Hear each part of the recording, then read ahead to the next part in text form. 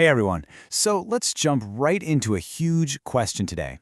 When a country finds out it's sitting on a massive pile of natural resources, is that like winning the lottery? Or is it actually the start of a whole new world of problems? All right, think about this for a second. When you picture a really wealthy country, what's the first thing that pops into your head? For a lot of us, the answer isn't about fancy buildings or tech companies. It's something way more basic. Exactly. That gut instinct is that wealth comes from treasure. Oil, diamonds, gold, you name it. The idea that if you've got valuable stuff buried in your soil, then you've got it made. But is it really that straightforward? So first, let's just get the definition straight so we're all on the same page. When we're talking about this stuff, we're talking about natural resources. It's pretty much what it sounds like, materials that come straight from the earth. We're talking forests, water, minerals, oil, the whole shebang. And what's so important to remember is that long before any of this stuff has a price tag, it's about survival. I mean, these resources are literally the building blocks of life. They give us food, shelter, drinking water, and energy. It's the absolute foundation for, well, for everything. So you'd think the plan would be pretty simple, right? You pull the resource out of the ground, you sell it to the highest bidder on the world market, the government gets a big check, and then uses that money to build schools, hospitals, roads. Seems like a perfect plan.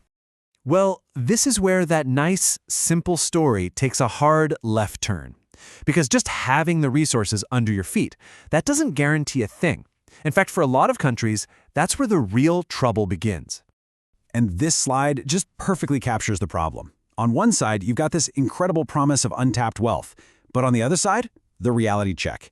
Getting to it takes crazy advanced technologies, super skilled workers, and just a mountain of cash. And those are three things a lot of developing nations just don't have.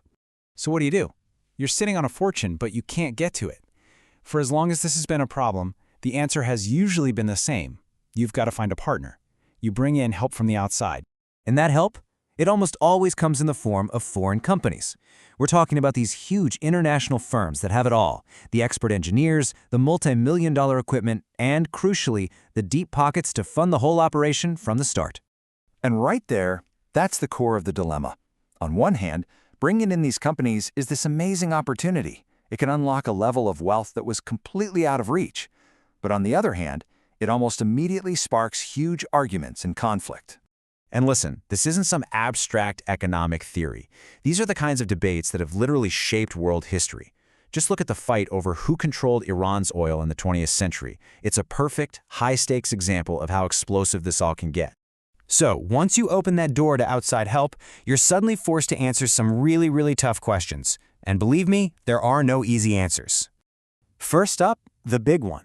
Who's really in charge? Who gets to call the shots? Is it the country's government, representing its people? Or is it the company that's putting up all the money and the tech?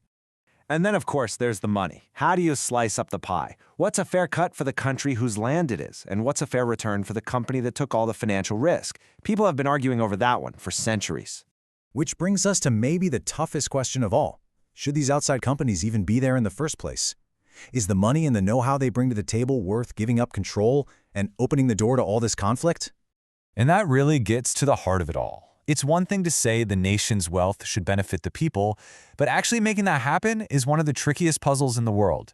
So I'll leave you with this to chew on. If it were up to you, who would you put in charge of a country's greatest treasure? The government, local private companies, or the foreign experts?